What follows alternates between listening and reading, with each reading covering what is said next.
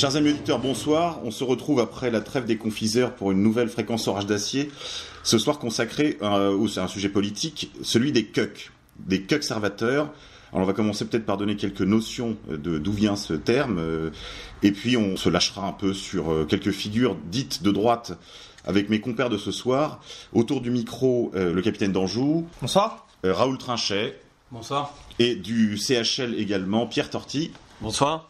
Ainsi que Fabien, militant de la droite extra-parlementaire lyonnaise. Alors, on se retrouve ce soir pour parler de ce sujet des cucks, mais peut-être d'abord un mot de définition. Qu'est-ce que c'est que le cuckservatisme ? C'est un mot valise entre le mot cuckold, qui désigne en fait en français la pratique sexuelle du candolisme, qui consiste à prêter son épouse à un mâle plus viril, soit parce que le mari se considère comme insuffisant pour satisfaire son épouse, soit parce qu'il y trouve du plaisir, soit parce qu'il est soumis à sa femme, et que celle-ci lui impose cette pratique humiliante.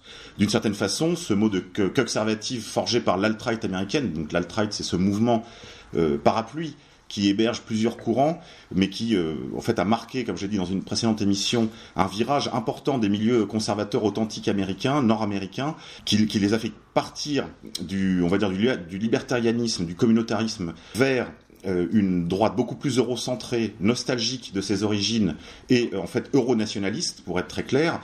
Alors il peut y avoir là-dedans aussi de façon anecdotique des gens qui sont véritablement des militants du suprématisme blanc, mais ça reste tout à fait folklorique et finalement assez peu intéressant pour ce qui nous concerne nous, puisque ce qui nous intéresse à la politique est donc, je dirais, le courant central de cet alt-right qui aura eu pour vertu de contribuer très largement à la victoire, on va dire, métapolitique qui a précédé la victoire politique de Donald Trump aux dernières élections présidentielles américaines. Alors, cuckservative, donc qui désigne ces conservateurs femmelins, comme dirait un de nos maîtres d'action française, on pourrait le traduire en français par quoi, capitaine d'Anjou ? Cocu-servateur. L'exemple typique du cocu-servateur, donc du cuck, c'est un droitard bourgeois libéral qui en a marre des immigrés, mais qui veut pas qu'on touche à son portefeuille, et qui en dernière instance privilégiera, par exemple au moment du vote, toujours sa richesse, son portefeuille, son matérialisme, à son identité, c'est-à-dire la défense des frontières de la France face à l'invasion migratoire. Typiquement, tous les gens qui votent Fillon sont des cucks, les gens de Sens commun sont des cucks, les gens de la Manif pour tous sont des cucks. Et ce qui caractérise vraiment le cuck, c'est cette naïveté, c'est-à-dire le sens on veut bien faire, c'est-à-dire on veut voter à droite parce qu'on n'aime pas trop l'immigration, etc. Mais en dernière instance, on préfère toujours ses actifs, son patrimoine immobilier, son portefeuille.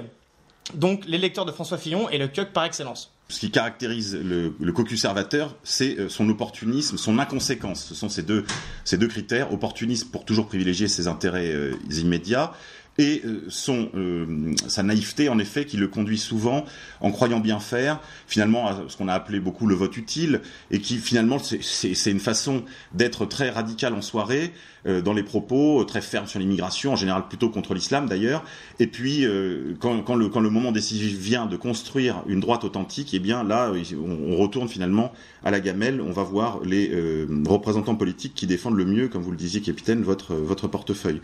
Mais inconséquence aussi, c'est-à-dire une grande abondance de critiques verbales, mais une insuffisance du sens de la congruence dans son attitude politique, dans son positionnement politique. Le mot cuckservateur, que je vous le disais, est un mot valise forgé du mot cuckold et conservateur. Et en fait, le cuckold, ça vient du nom d'oiseau, le cucou, qui en français se dit coucou, qui pond ses œufs dans le nid des autres et qui voit en fait sa progéniture nourrie par un autre oiseau.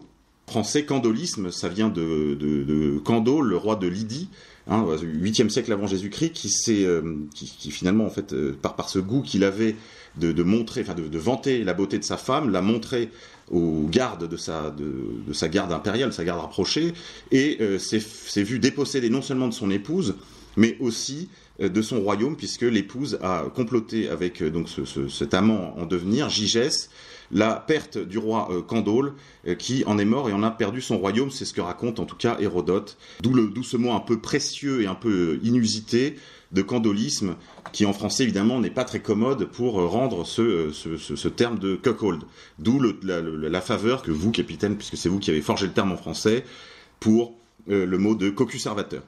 Alors, souvent le cocu-servateur américain c'est très très prégnant, c'est très marqué, préfère la défense des frontières d'Israël à celle de son propre pays. Et c'est, je crois, un fil rouge qui nous conduira aussi au cours de cette émission. On verra que la question d'Israël est présente en fait dans ce cocuservatisme français, comme il est dans le cocuservatisme nord-américain. Mais peut-être peut-on commencer par une petite généalogie de ce qui conduit la droite à toujours être dans la défaite et être sous le magistère moral, le magistère intellectuel de la gauche, Raoul Trinchet. Oui, c'est vrai que je pense qu'il faut effectivement revenir sur les origines du libéral conservatif, parce que c'est effectivement de ce problème dont on parle. C'est pour ça que nous les appelons les cocus, parce qu'ils veulent conserver, et dans le même temps, ils se vendent à une idéologie libérale qui est évidemment détruite. Alors, c'est vrai que dans les populations qu'on vient un peu de nommer en introduction, il y a finalement plusieurs courants en fait. Il y a l'ingénu, l'inconséquent, et puis il y a le véritable libéral qui croit dur comme fer que le libéralisme économique, parce qu'il dissocie le libéralisme économique du reste de ce que nous savons de la vision holiste du libéralisme, et pour lui ce libéralisme économique est compatible avec le conservatisme donc sociétal, des valeurs, et c'est eux finalement nos véritables ennemis, parce qu'ont une idéologie très ancrée. Ils considèrent qu'il faut du marché, mais limité à certains domaines. Un certain domaine où il est bon de faire son beurre, il est bon d'avoir des individus qui vont maximiser leurs intérêts, et finalement avec un État plus ou moins régulateur selon les différentes écoles, qui va de l'ordolibéralisme jusqu'au néocon, pour revenir sur les États-Unis. Et c'est vrai que pour nous c'est effectivement un problème, puisque quand on a une vision holiste du libéralisme, eh bien on sait que, et l'histoire le montre en fait, on est dans un temps où le libéralisme économique et le libéralisme sociétal se rejoignent. Ce n'est qu'en fait qu'une question de temps, évidemment, parce qu'il faut un peu de résistance, hein. Heureusement encore que les idéologies mortifères ne réussissent pas en une seconde.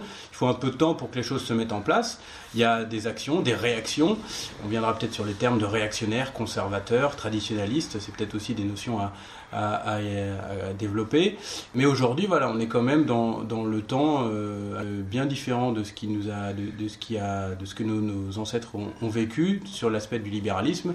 C'est-à-dire qu'aujourd'hui, il est véritablement total, et on sent que cette pieuvre est en train de gagner du terrain véritablement chaque jour, chaque élection qui passe. Chaque mesure qui est prise, on peut prendre les dernières mesures Macron, les ordonnances travail, enfin c'est une véritable catastrophe. Évidemment qui vont sur le sociétal, et on a vu la réaction des conservateurs avec la manif pour tous, etc. Ce n'est que la conséquence du libéralisme économique pour le coup, puisque à partir du moment où il y a une conscience d'un marché, et que c'est les individus qui construisent leur marché selon les besoins et donc leurs demandes, et qui rencontrent une offre, il n'y a pas de limite à l'extension du marché. Oui, d'ailleurs, à ce sujet, on peut se référer à quelques-unes des interviews de Jean-Claude Michéa qui parle de la question de la création, d'une certaine façon, d'un marché, y compris dans le monde académique, pour ouvrir des diplômes pour des filières de prostitution, quoi. Et on peut imaginer aussi, comme il le fait, le croisement entre les obligations qui sont faites maintenant aux chômeurs de ne pas refuser un certain nombre de demandes d'emploi, et ces demandes d'emploi qui proposent à des jeunes femmes de, par exemple, devenir hôtesse dans des bars pour adultes, vous m'aurez compris, des bars à hôtesse, et évidemment, au bout d'un certain nombre de propositions de ce genre d'emploi, on pourrait imaginer que des populations entières versent en fait dans une forme de servilité, de domesticité sexuelle, du fait de la perte de culpabilité, de rejet, de dégoût que suscitaient jadis les marges, en particulier de la prostitution ou du crime. On voit en effet ce libéralisme économique prospérer partout, et d'une certaine façon, il terraforme le monde entier à sa norme, qui est cette norme de l'intérêt. Et en effet, le cocuservateur, c'est par excellence le libéral conservateur, puisqu'il est, comme je le disais tout à l'heure, à la fois opportuniste et inconséquent. Pierre Torti. Vous citiez Jean-Claude Michéa, quand certains, comme les libéraux conservateurs dont parlait Raoul Trinchet à l'instant, veulent dissocier le libéralisme économique et le libéralisme sociétal, Michéa a parfaitement démontré et exposé le fait que le libéralisme sociétal et le libéralisme économique sont les deux faces de la même médaille, donc sont au final indissociables. Et ça, beaucoup trop de gens l'ignorent, l'oublient ou se le cachent, ne veulent pas se l'avouer, et principalement les libéraux conservateurs. Adam Smith, à moins que ce soit Locke, j'ai un doute, qui disait le marchand n'a pas de patrie, ou la patrie du marchand est là où il peut le faire, où il peut maximiser le plus son intérêt. Et au final, c'est ce que sont des libéraux conservateurs. Et c'est bien pour cela qu'on peut les qualifier de cocu-servateurs. Le libéral conservateur n'a pas déjà assez de culture politique, parce que lui, il part d'un bon sentiment, il dit il y a trop d'immigration dans l'école de mes enfants, etc. Mais c'est par naïveté, puisqu'il n'est pas assez bien formé, et que la politisation des gens ne se passe qu'au rythme des élections présidentielles tous les 5 ans. Et donc c'est pour ça que tous les 5 ans, au fur et à mesure qu'il y a de plus en plus d'immigration, bien sûr, il tient en soirée ses propos de droite, etc. Mais c'est donc par naïveté que ces gens-là pêchent. Oui, il y a clairement de manque de formation, de la naïveté, du calcul, en tout cas beaucoup de lâcheté. Fabien. Tu parlais de la vie politique qui se rythme par des élections qui arrivent tous les 5 ans, et en fait le conservateur finalement, tous les 5 ans, il a un peu moins de trucs à conserver. Il est encore plus cocu que, par exemple pour l'arrivée du Pax, la gauche lui a dit « vous n'aurez pas le mariage ». Il y a eu le mariage, et au moment du mariage homosexuel, on ne dit pas la filiation. La filiation par adoption des couples homosexuels arrivera. Le PMA et la GPA arrivera de toute façon parce que elles vont de pair. Donc plus on avance, plus le CUC qui se dit juste conservateur, qui veut juste conserver, en fait finalement chaque élection, chaque 5 années, il a encore moins à conserver. D'une certaine façon, c'est encourageant parce que c'est ce qui laisse penser certains analystes nord-américains et certains de ce côté-ci de l'Atlantique aussi, que plus le temps passe, d'une certaine façon, plus les enjeux sont clairs. Ce temps dont parlait Raoul tout à l'heure s'écoule, les contradictions sont de plus en plus apparentes, et les prétextes sont de moins en moins nombreux pour mal faire. Alors cette naïveté perdure, et elle non seulement elle perdure, mais elle est, j'ai envie de dire, omniprésente dans ce qu'il est convenu d'appeler les forces de droite en France.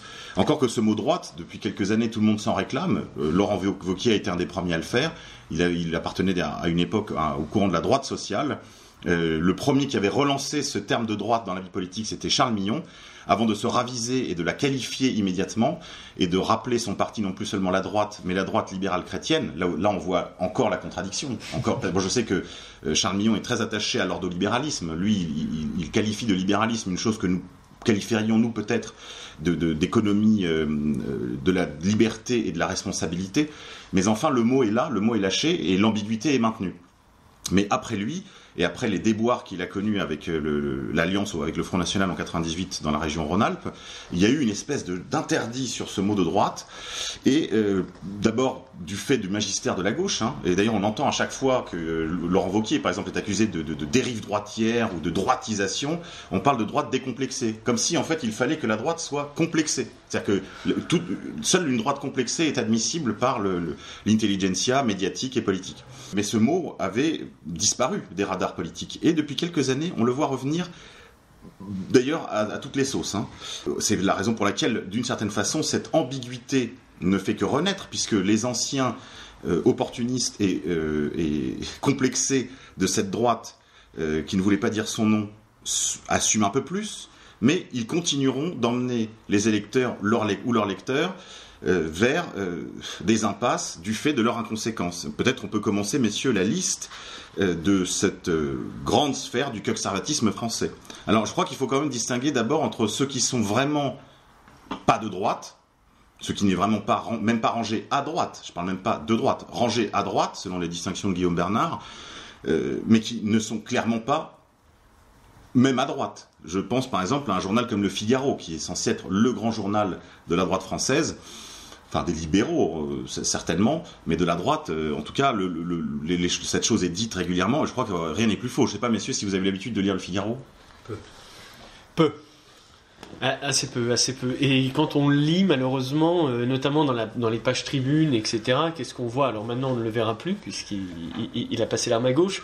Mais on voyait D'Ormesson, qui est quand même, alors lui qui était un bel exemple de coq, non, c'était une belle synthèse. Il y en a d'autres, il y a Charles Becbédé qui a écrit régulièrement dedans. Voilà. Alors après, c'est vrai qu'ils ont ouvert leur page à des gens qui ne se réclament pas foncièrement de la droite et qui peuvent avoir des pensées intéressantes, bien qu'on ne va pas abonder ou valider toutes leurs thèses, mais je pense à des gens comme Perico Légas ou sa femme Natacha Polony, qui peuvent être intéressantes, mais qui ne se réclament pas de droite. Donc eux, nous ne pouvons pas légitimement les classer dans les coqs, mais la majorité du Figaro est bel et bien une belle brochette de coq, que ce soit du rédacteur en chef au simple pigiste. Oui, d'ailleurs, alors là, justement, pour s'arrêter un peu sur ce point, il faut quand même savoir qu'au Figaro, comme ailleurs, les journalistes, on va dire piétons, sont tous de gauche. En fait, ce qui fait la différence entre le Figaro et le Monde, c'est que ce sont les directeurs de service, de telle ou telle rubrique ou de telle ou telle page, qui, eux, sont plutôt rangés à droite. Et qui l'assument pour certains moins. Mais en fait, c'est ça la nuance qui existe entre le Figaro et le reste de la presse française. Par ailleurs, c'est quand même un journal qui a, pour l'essentiel, validé le logiciel de gauche, c'est-à-dire les grandes valeurs, les grands principes de la République qui sont admis par tout le monde. La laïcité, liberté, égalité, fraternité, l'assimilationnisme, la dominante de l'économie en matière politique. D'ailleurs, quand on lit les pages politiques, on ne parle que d'économie, on a l'impression de lire les pages jaunes, les pages saumon là pour le coup. Oui, et puis parfois il y a quelques exceptions où on ne sait pas s'ils jouent à se faire peur ou s'ils ont envie de s'encanailler un petit peu, mais il peut y avoir parfois, et notamment plutôt dans le Figaro Magazine ces dernières années, alors ça fait longtemps que je ne l'ai pas ouvert, mais je me rappelle que j'ai eu la bonne surprise de trouver dans le Figaro Magazine des interviews de Jean Raspail. Oui. Ou des débats entre Paul-Marie Couteau et Alain de Benoît. Alain de Benoît qui était persona non grata dans le Figaro depuis qu'il en était parti. Donc parfois on ne sait pas, est-ce qu'il joue à se faire peur? Est-ce que c'est quelqu'un qui n'est pas coq et qui est inconscient et qui est prêt à jouer son poste pour donner une tribune à certaines personnes qui justement sont assez solides et savent affirmer leurs idées? Je ne sais pas, mais il est clair qu'il y a peu à sauver dans ce journal. Moi, je mettrais ça plutôt sur le compte de la nécessité qu'ils ont quand même d'alimenter une certaine clientèle. Il faut savoir que la presse française n'est plus achetée par personne et que d'une certaine façon, ils viennent par ici pour racler les fonds de tiroir pour ne pas être complètement démunis de lecteurs. Alors de temps en temps, c'est vrai, ils créent une bonne surprise pour entretenir leur petite opération commerciale. Il y a une autre chose quand même à remarquer, c'était les pages du Figaro littéraire. Ça, c'est peut-être un point à remarquer, c'est que le Figaro littéraire était un peu une exception dans cette galaxie de presse qu'était le groupe Figaro. C'est que là, il y avait une grande concentration, soit d'hommes de qualité, je pense à des gens comme Angelo Rinaldi, qui en dépit d'être une folle tordue, et plutôt un homme qui avait le cœur à gauche, était quand même quelqu'un qui savait de quoi il parlait quand il écrivait dans le Figaro littéraire. Même s'il y a eu aussi des cucks, je pense à Jean-Marie Roire, qui a été longtemps directeur des pages littéraires du Figaro, et qui était un horrible bonhomme, et qui n'a écrit qu'un seul livre remarquable sur l'affaire Omar Mathieu, pour évidemment innocenter le jardinier, condamné par au moins deux instances, je crois. Après, il y a eu depuis la création du Figaro Vox, mais je pense qu'on va garder un peu ça pour tout à l'heure, parce que plusieurs des acteurs du Figaro Vox, vous en citiez un exemple, en parlant de Natacha Polony. En effet, elle est plutôt de gauche, à la fois, elle le dit elle-même, de gauche décroissante, chevènementiste, et à la fois un peu mélanchoniste, c'est-à-dire contre les lois travail voilà, mais c'est pas par une veine très réactionnaire ou droitière que lui viennent ses opinions, même si on pourrait dire qu'en fait elle est d'une gauche conservatrice, conservatrice à la fois sur l'école et sur l'écologie, Raoul Trinchet. Oui, tout à fait. J'allais vous m'ôter les mots de la bouche, et c'est effectivement ça. D'abord, on sait aussi que le conservatisme peut ramener des gens de gauche. C'est quand même l'histoire aussi des néoconservateurs américains qui sont issus de la gauche à la base. Donc Natacha Polony, c'est effectivement ça. C'est le cœur à gauche. Et notamment lorsqu'il y a des débats sur le féminisme, elle se rallie volontiers à une vision relativement de droite finalement de la relation homme-femme. Donc effectivement, en ce sens, elle est assez conservatrice de quelque chose d'aimable, de quelque chose de naturel. Et moi je voudrais faire le lien aussi. Alors moi je serais un peu moins dur que vous sur Jean d'Ormesson, parce que pour moi je le qualifiais récemment dans une soirée avec des camarades en fait d'un mondain tout simplement qui parlait bien français, quoi. Donc ça bon, on peut pas lui enlever, mais ça reste un mondain, et ce n'est qu'un mondain. Paix à son âme, mais ce n'est qu'un mondain. Et je pense que le problème de notre et c'est quand même assez symptomatique de notre décadence, c'est quand in fine on en a fait un étendard de la France. Et c'est ça qui est fou. C'est que Jean d'Ormesson, c'était la France se meurt. Mais attendez, c'est juste un mondain qui passe l'arme à gauche, point. qui parlait bien français, encore heureux, c'est son boulot. Donc il manquerait plus qu'il était académicien, il manquerait plus qu'il le parle mal.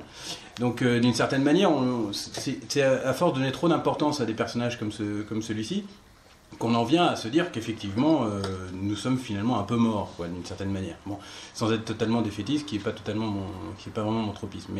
Mais à mon sens, il faut aussi peut-être partir du fond, au sens où il y a les cucks qui sont les véritables cocus, qui ne font pas le lien entre immigration et libéralisme. Alors qu'on sait que les immigrés, ils viennent pourquoi ? Ils viennent pas pour l'amour des valeurs françaises, hein. Ils viennent parce que le capital a besoin d'eux et les appelle. Enfin, l'histoire récente même de l'immigration, c'est ça, quoi. Il y a un véritable lien. Mais c'est vrai que les personnages qu'on citait ou les institutions de type Figaro, etc., qu'on vient de nommer, peuvent quand même s'abriter derrière une histoire du libéral conservatisme qui est quand même assez puissante, notamment dans le monde anglo-saxon, en fait. Quand on reprend un peu l'histoire des idées politiques récentes, notamment du 19e, 20e siècle, le thatcherisme n'est que le résultante d'un penseur conservateur qui s'appelait Edmund Burke et qui, in fine, a conceptualisé, notamment sur la base de la Révolution française, en dénonçant la Révolution française et l'avènement de l'individu, le conservatisme libéral. Et elle-même, elle a évolué du keynésianisme vers une politique libérale, plutôt Milton Friedman, etc., etc. Les néoconservateurs, c'est exactement ça également. C'est vraiment l'avènement... ça va au-delà du pur libéralisme économique, hein, c'est vraiment l'impérialisme américain conservateur, mais sur la jointure entre libéralisme et conservatisme, ils ont construit une véritable doctrine, et des gens de gauche à la base ont construit une véritable doctrine. Ces libéraux conservateurs, je les vois, il y a pour moi deux familles. Il y a les idéologues, on parlait de Charles Mignon, de Becbédé, eux vraiment le conceptualisent, je pense, et le vivent. Et puis il y a effectivement les cocus. On parlait de ceux qui manquent fondamentalement de culture politique, qui sont dans les grandes boîtes, je sais pas quel grand groupe, et qui finalement n'arrivent pas à recruter je sais pas quel truc, et puis dans son équipe il y a que des Arabes, et il en a marre, et puis il y a le voile, et puis voilà, etc., etc. Donc il est bassiné effectivement aux élections tous les 5 ans, mais surtout tous les soirs à BFM TV. Et donc il y a les attentats, il a peur, etc., etc. Donc c'est une sorte de repli, et en même temps, lui il connaît rien d'autre que le libéralisme, donc pour lui le libéralisme c'est la liberté d'entreprendre, en fait. Il le résume aussi bêtement que ça. Mais moi, cette population m'effraie moins. J'en ris surtout. Alors le problème, c'est qu'effectivement, on n'est pas au pouvoir, donc ça nous énerve. Mais ils suivront, in fine. Hein. Demain, une révolution de nos idées et de nos hommes devait se faire. Ils suivront comme ils ont toujours suivi. Et il y a toujours eu des personnes, une grande masse informe qui... Enfin, la révolution ne vient pas essentiellement du peuple. Hein. Pour moi, je pense qu'il y a toujours eu des élites qui guident.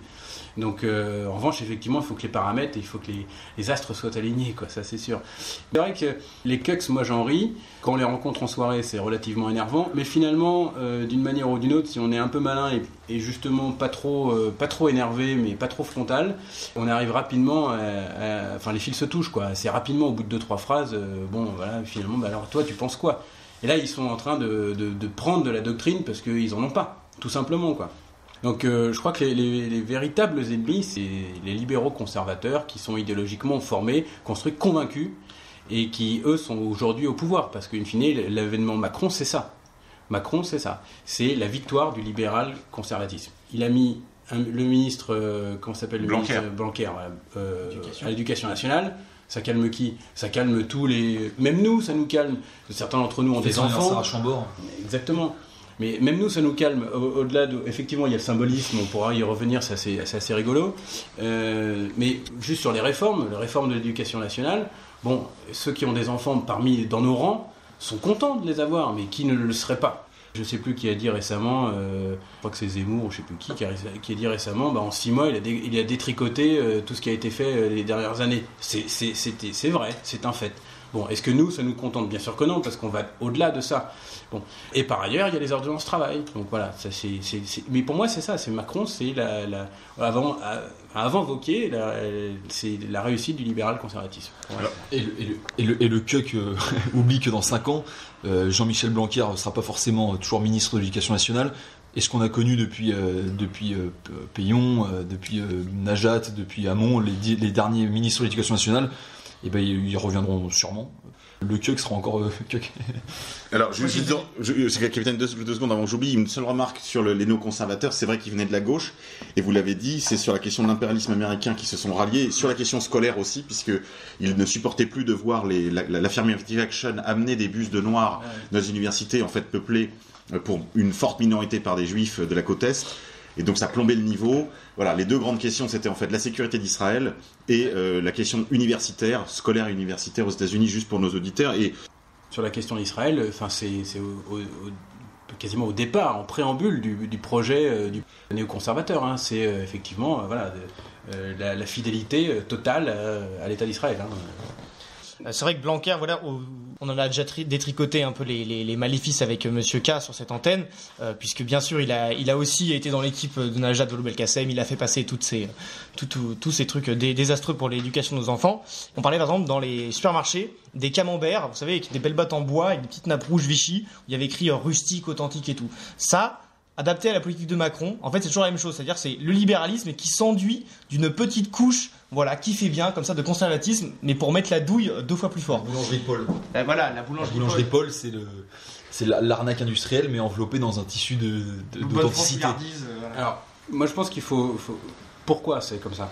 Parce qu'en fait, le libéralisme, c'est un cancer en mutation en permanence, donc il se régénère en fait. Il y a un moment assez important dans le libéralisme, dans l'histoire récente de libéralisme, c'est l'avènement du marketing. Et ce que vous venez de décrire, c'est du pur marketing. C'est-à-dire qu'à partir du moment où on a basculé dans la société de consommation, eh bien, le marketing a bien compris ce dont la population avait besoin. Et je rejoins effectivement ce qu'on vient de dire sur Blanquer, c'est qu'effectivement, il passera peut-être, ou pas.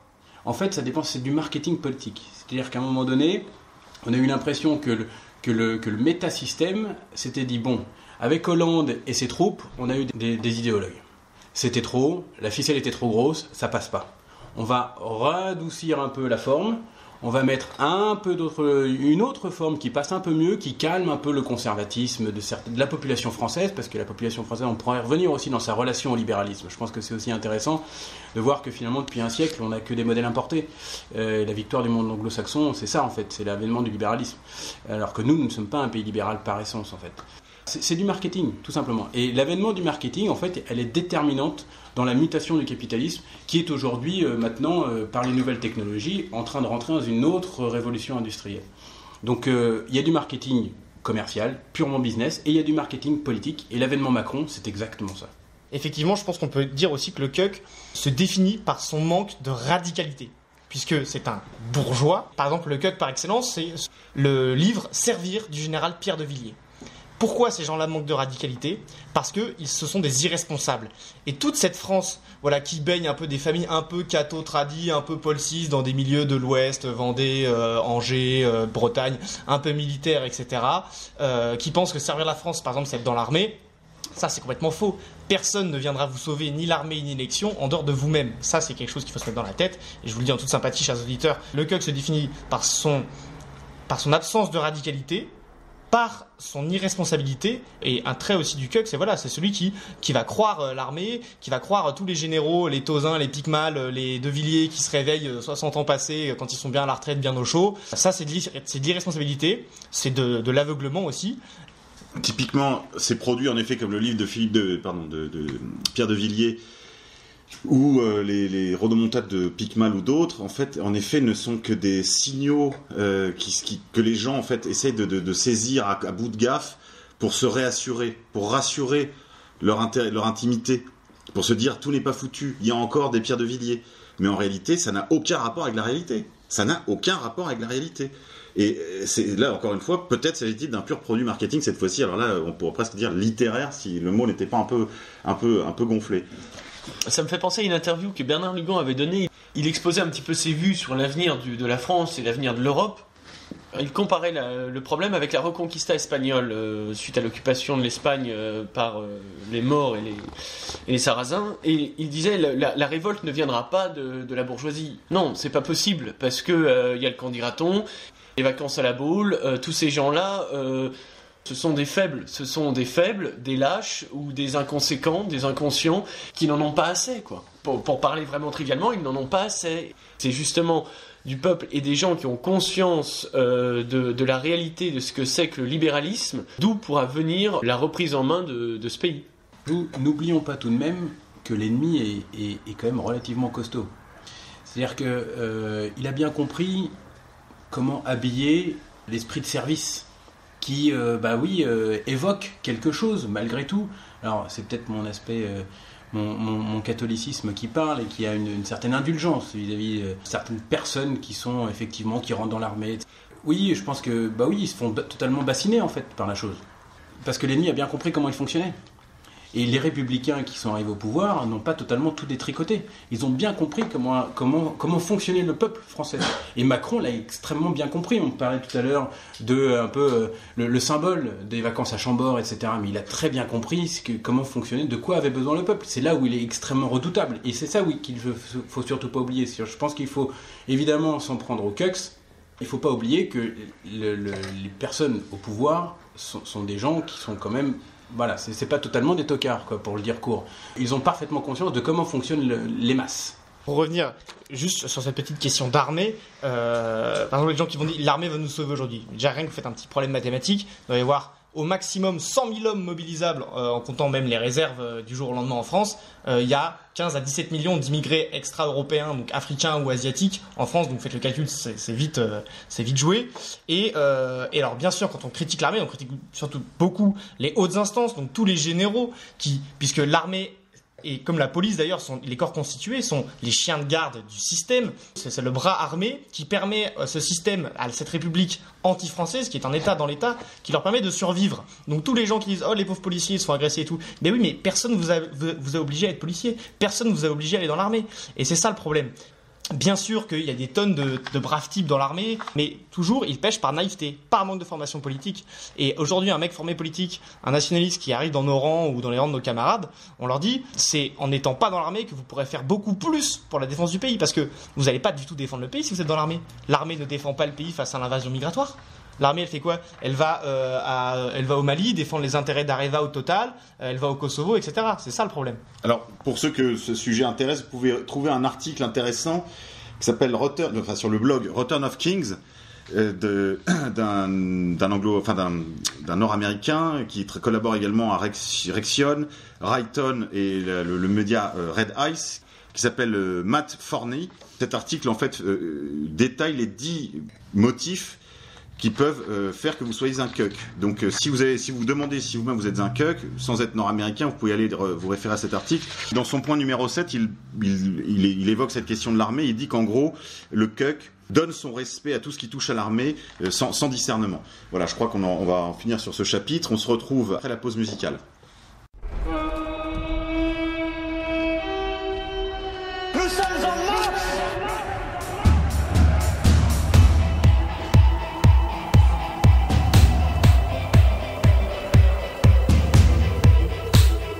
C'est une armée constituée dans un seul but. Détruire le monde des hommes. Si on fait une brèche dans le mur, le gouffre de Hell tombera. Il faudrait être un très grand nombre, des milliers pour prendre d'assaut la forteresse. Des dizaines de milliers. Et monseigneur, il n'existe pas une telle armée.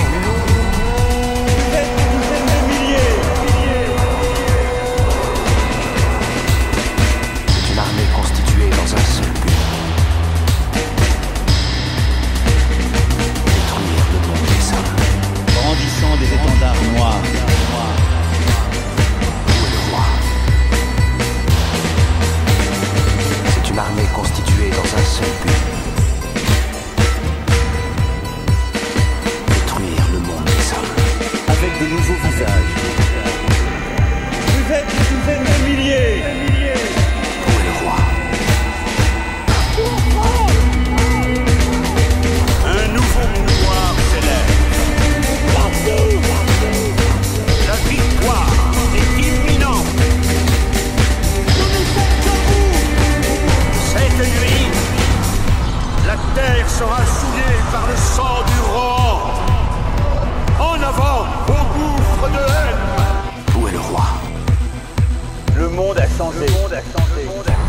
nuit, il n'est plus le même, À la guerre!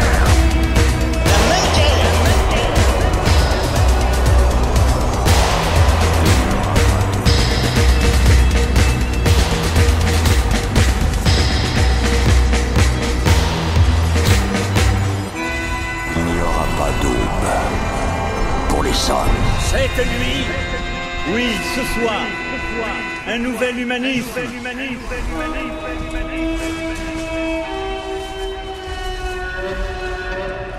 Où est le roi? Partout en France!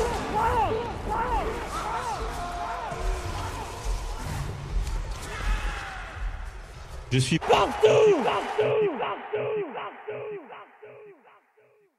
Alors, chers amis auditeurs, on se retrouve après la pause musicale pour non pas faire des listes parce qu'on n'est pas sur Radio France, mais on va quand même aborder cet univers, cette galaxie des coqservateurs, des cocuservateurs, et évidemment quelques noms nous sont venus. Alors je vous disais tout à l'heure, le Figaro ne peut pas être considéré comme un média cuck puisque par définition il est arrangé parmi les médias libéraux. Au moins, et peut-être même parmi les médias de gauche, du fait de la domination totale sur ces pages, sur l'essentiel de ces pages, de l'imaginaire, de l'idéologie de gauche. En revanche, il y a un cas plus problématique, c'est le cas de Valeurs Actuelles. Enfin, plus problématique, ils sont eux aussi, ils ont une naissance, une équation, une idiosyncrasie très particulière. Un journal qui est sorti des milieux nostalgiques de l'Algérie française, qui à la fois ils font cohabiter des auteurs, enfin des journalistes. Je pense à des gens comme Bruno de Sessol, comme Cyril de Beketch, des gens comme Brosio, Christian Brosio, Hilaire de Crémier, Richard Millet, Patrice de Plinquette, qui ont eu un passé authentiquement réactionnaire et conservateur, et qui a toujours ouvert ses colonnes à ce que la droite avait de plus à ses marges, disons des opinions plus radicales, plus réactionnaires. Cependant, Valeurs Actuelles, c'est aussi beaucoup de pages sur les vraies valeurs de Valeurs Actuelles, c'est-à-dire les valeurs boursières, journal du petit épargnant, du boursicoteur, et ça a été c'est passé un peu à l'as depuis la Manif pour tous. Les gens ont un peu oublié que Valeurs Actuelles était un journal ultra-libéral en matière économique. Yves de Kerdrel, lorsqu'il est arrivé à Valeurs Actuelles, en a fait un journal beaucoup plus conservateur sur le plan des mœurs, mais il n'a pas touché une ligne au libéralisme à tout crin du groupe, puisque d'une certaine façon Valeurs Actuelles a toujours été le journal de gaz de schiste et des OGM, avant que l'UMP ne décide de devenir le parti du gaz de schiste et des OGM. Et ils sont très critiques évidemment de toute organisation sociale comme les syndicats. Donc là il y a une vraie contradiction, libéralisme et conservatisme. Je dis en préambule quand même que j'y compte beaucoup d'amis, que ce n'est évidemment pas une attaque contre eux. L'opinion en fait dont se fait le porte-voix, le journal, n'est évidemment pas l'opinion individuelle de tel ou tel de ses contributeurs. Oui, parce que je pense qu'il y a un nom que vous n'avez pas cité, mais à mon avis auquel vous pensiez et qu'on ne peut qu'accoler à Valeurs Actuelles. Et je n'arrive pas encore véritablement à décider s'il est un cuck ou un traître, peut-être les deux en même temps. C'est quelqu'un comme François d'Orcival. François d'Orcival, qui est aujourd'hui un rallié total du libéralisme le plus échevelé, a quand même commencé sa carrière en écrivant un livre à deux mains avec un certain Fabrice Laroche, alias Alain de Benoît. Un livre qui s'intitulait notamment « Le pays des lions fidèles », à savoir la Rhodésie. Oui, il n'a pas fait que ça, il a fait aussi toute une série toujours avec Fabrice Laroche et un autre auteur dont le nom m'échappe, sur la police du Reich, par exemple, donc en 3 ou 4 volumes. Un volume aussi, je crois, sur la Waffen-SS, enfin, des trucs qui, dans les années 70, visiblement, n'empêchaient pas de faire carrière. Et d'Orcival vient, en fait, du noyau dur de l'extrême droite néo-nazie, et qui, aujourd'hui, est membre de l'Institut. Oui, d'Orcival, oui, voilà, membre de l'Institut, membre de différents cercles privés, bien sous tout rapport, et en cheville avec tout ce que la France compte de libéraux, et il est invité aujourd'hui régulièrement de l'émission Les Informés de France Info, qui se retrouve à la fois à la radio et donc à la télévision. On voit un petit peu l'évolution de la carrière, même bien que de Benoît a eu aussi son évolution qui lui est propre, mais on voit qui aujourd'hui est invité dans les médias sans aucun problème, même s'il est dit de droite. Il fait office de mouton noir dès qu'il est invité sur un plateau, mais il est néanmoins invité. Donc c'est bien là que l'on voit un petit peu, que l'on peut situer un petit peu le niveau d'acceptation de son, entre guillemets, droitisme d'Orcival, figure tutélaire de Valeurs Actuelles et cuck ou traître, voire les deux, symptomatiques et de ce journal, quoi. Bon, simplement un mot pour dire que Valeurs Actuelles, ça fait bien longtemps que je l'ai abandonné. Pour une raison simple, c'est que ça confine aux clichés en fait. C'est-à-dire que depuis notamment la Manif pour tous, c'est vrai que le titre suffit à deviner ce qu'il y aura dans le numéro, donc c'est relativement fatigant. Ça sert en fait le pouvoir, c'est ça qu'il faut bien comprendre. Et puis ça ne construit rien, parce qu'in fine, nous sommes malgré tout des bâtisseurs, certes révolutionnaires, mais nous voulons reconstruire, et ça ne construit rien, ça ne fait qu'alimenter soit les peurs, et in fine ça s'adresse à une classe bourgeoise qui a peur de ses intérêts, qui n'arrive pas trop à d'ailleurs mettre un véritable nom sur ses peurs. C'est tantôt l'immigration, aujourd'hui c'est l'islam, bon d'accord, demain ça sera autre chose. Faut pas oublier que s'ils sont chez nous, c'est pour une raison simple, c'est parce qu'il fallait d'abord alimenter le capital, et puis c'est tout. Qu'on peut définir aussi, voilà, tous ces gens comme ces cucks, comme Valeurs Actuelles et tout, par leur réactionnarisme. C'est-à-dire que ce sont des gens déjà qui se disent de droite, ils ne le sont pas, ils sont classés à droite parce qu'ils ont accepté tout, on va dire, les marqueurs idéologiques de la gauche, 1789, la laïcité, 1905. Et ce sont des gens qui sont toujours dans la réaction. C'est-à-dire que Burkini, le Burkini, bim, un article sur le Burkini, la laïcité à l'école, bim, le voile à l'école, bim, ils sont toujours dans la réaction. En fait, ils ne proposent rien. Raoul, vous le disiez, nous sommes des bâtisseurs, parce que nous faisons œuvre de civilisation, mais ces gens-là, ils sont toujours dans la réaction, toujours à des traînes patins de la gauche, comme peuvent l'être bien sûr des Juppé, etc. C'est-à-dire que il faut que ce soit encore la gauche qui attaque quelque chose pour que eux veuillent le défendre, mais eux ne proposent rien, ne bâtissent rien. D'ailleurs, un point important, c'est que justement dans l'univers mental, je dirais du rédacteur standard de Valeurs Actuelles, Alain Juppé, François Bayrou, tout ça appartient à l'univers de la droite. Donc là déjà il y a un problème de définition. Ils s'interdisent de donner quelque définition que ce soit, d'attaquer qui que ce soit, parce que, sauf accessoirement, mais je veux dire Alain Juppé, je pense si on reprend toutes les collections, a eu sa part belle dans Valeurs Actuelles. Alors aujourd'hui peut-être fait-il l'objet d'une attaque parce qu'on va lui préférer Vauquier, mais je dirais ça c'est de la tactique. Sur le plan global, Valeurs Actuelles, son univers, c'est que finalement tout le monde qui est rangé à droite est de droite. Et là évidemment il y a ce mensonge initial dont Valeurs Actuelles en fait fait fond de commerce. Après, je voudrais pas être trop sévère à l'égard de Valeurs Actuelles. D'un point de vue, je dirais, purement tactique pour nous, c'est que lorsque nous avons eu à faire quelques opérations de notoriété sur telle ou telle chose, nous avons choisi parfois de faire paraître en exclusivité des sujets dans Valeurs Actuelles parce que c'est une voix qui touche un public de droite. Donc il a cette utilité dans le rapport de force dans lequel nous sommes plongés et qui fait que nous combattons avec une main attachée dans le dos et que malheureusement nous n'avons pas de médias avec un effet de levier suffisamment puissant pour pouvoir toucher le public que touche ce média. Après il ne faut pas oublier, c'est un magazine parfaitement capitaliste dans son esprit et dans ses préoccupations, mais aussi dans sa construction. C'est-à-dire que c'est un magazine qui dépend de grands groupes industriels, jadis Dassault. Aujourd'hui je crois, je n'ai pas regardé la participation, mais je crois que Dassault est minoritaire, mais enfin ils ont été rachetés par un grand groupe pharmaceutique.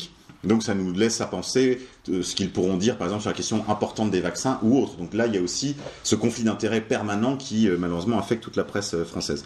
Après, Valeurs Actuelles a souvent en quatrième de couverture fait la publicité pour une petite feuille de chou, pour une petite feuille paroissiale qui s'appelle Causeur. Alors certains de mes amis qui me connaissent sauront que c'est une de mes marottes.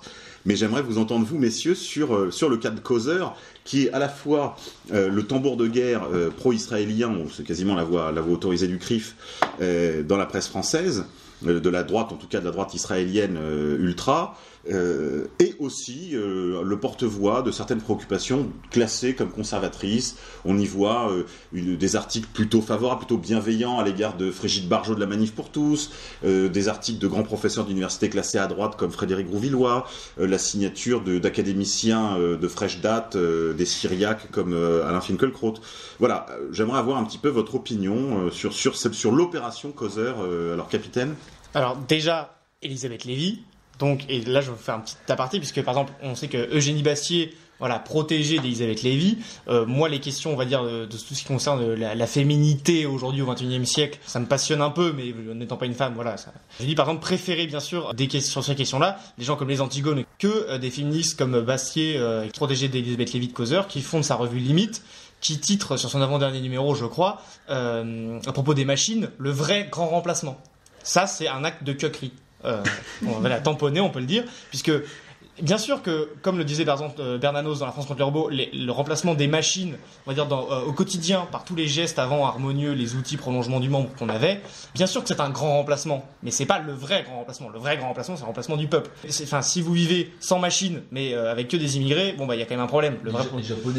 Les Japonais sont entourés de robots, mais ils naturalisent une dizaine de personnes par an. Pierre Torty.